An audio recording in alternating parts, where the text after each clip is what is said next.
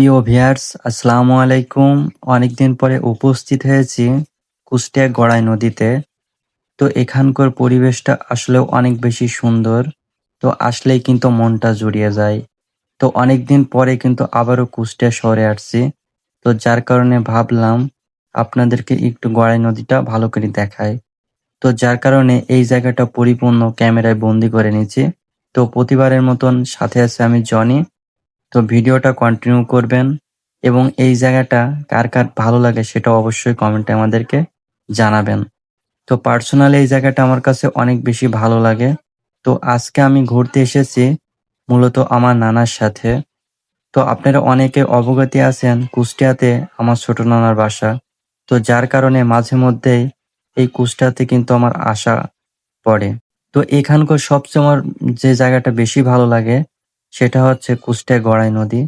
তো এই জায়গাটা আমার কাছে পার্সোনালি এতটাই ভালো লাগে সেটা আপনাদেরকে বলে বোঝাতে পারবো না।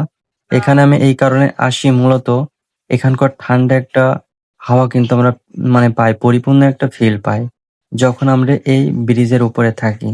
আর এই ব্রিজের যে এরিয়াটা আছে এটা কিন্তু অনেক লং, এই মাথা থেকে ওই মাথায় যাইতে আপনার মিনিমাম সময় লাগতে পারে 15 থেকে 20 মিনিট, এতটা লং। তো এই জায়গাটার কথা বলি শেষ করার মতো নয়। যখন পানিটা অনেক কম থাকে তখন কিন্তু এই বালুচর থাকে নদীর কিনারাতে।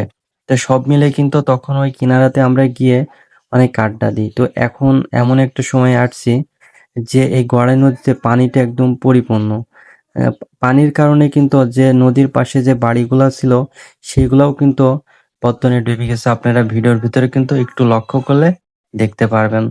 তো এখন বর্তমানে কিন্তু সব জায়গায় পানি, যেহেতু বর্ষার একটা মৌসুম চলছে আপনার ইতিমধ্যে সবাই জানেন।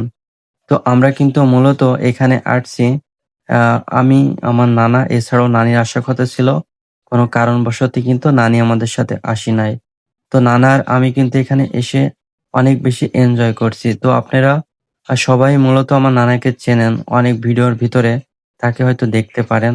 তো ওনার নামটা হচ্ছে আবির আহাদ। তো আমি আর আমার নানাই কিন্তু মূলত এই গড়াই নদীতে আসছি। এই জায়গাটা পরিপূর্ণ নানাই কিন্তু আমাকে সাথে নিয়ে ঘুরছে। যেহেতু একা কিন্তু আমি এই জায়গায় কখনো ওইভাবে আসি না। যখন আসি আমার সাথে নানা নয়তো নানি, কেউ না কেউ কিন্তু আমার সাথে থাকে। তো এখানে এত পরিমাণ পানি যে দেখলেই কিন্তু একটা ভয় ভয় কাজ করছে। যেহেতু এই জায়গাতে এত পরিমাণ পানি এর আগে আমি দেখি নাই। তো আমি যখনই আসি দেখি যে দুই পাশে শুধু বালি, এমন একটা অবস্থা। কিন্তু আজকে আসার পরে দেখতেছি যে প্রচুর পরিমাণে পানি এখানে। এই পাশ থেকে ওই পাশে দেখা যায় না, এমন একটা অবস্থা।